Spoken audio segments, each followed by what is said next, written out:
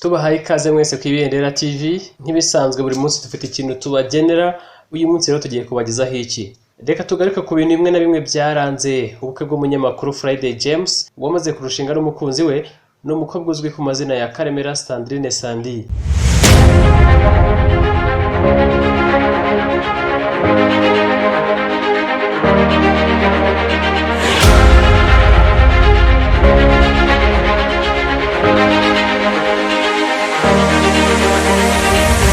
Friday James na Sandi ibi bakaba barabihamije ku itariki 25 z'ukwa karindwi uyu mwaka wa 2020.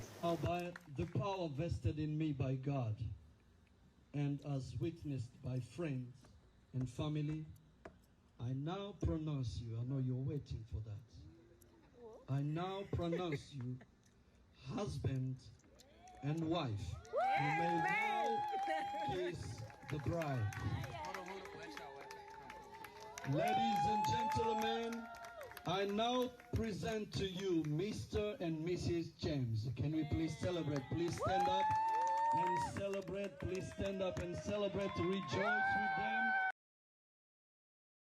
Urukundo rw'aba bombi rwakomeje kugenda rugirwa ibanga, icyakora rwaje gutangira kurenga imitima yabo bombi rusohoka hanze hagana mu ntangiriro za Gicurasi uyu mwaka, ari naho benshi babonaga ibyo bapostingaga ku mbuga nkoranyambaga zitandukanye batangiye kubona ibisa n'amarenga y'urukundo hagati yabo bombi. Ndavuga Friday James ndetse na Karemera Sandrine Sandi.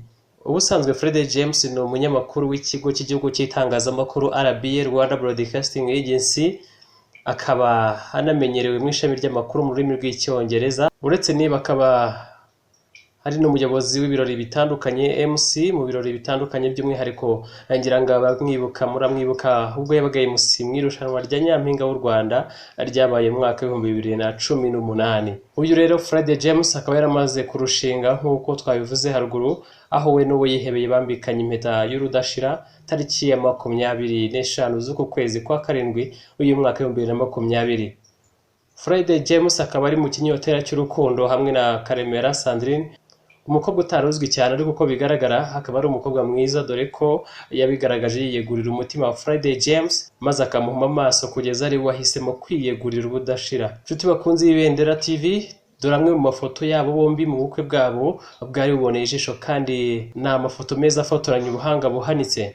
Nshuti bakunze bacu turabashimiye cyane mwe mwese mukomeje kubana natwe buri munsi ku Ibendera TV. Turagushishikariza gukanda like, ugakanda no kuri subscribe ndetse ukanasangiza ubutumwa ku bandi bantu, utibagiye no kwandika ubutumwa bugufi munsi y'iyi video kugira ngo tumenye icyo utekereza ndetse utugire n'inama twakora kugira ngo turusheho kukunezeza. Tugushimiye inkunga yawe, ugira amahoro.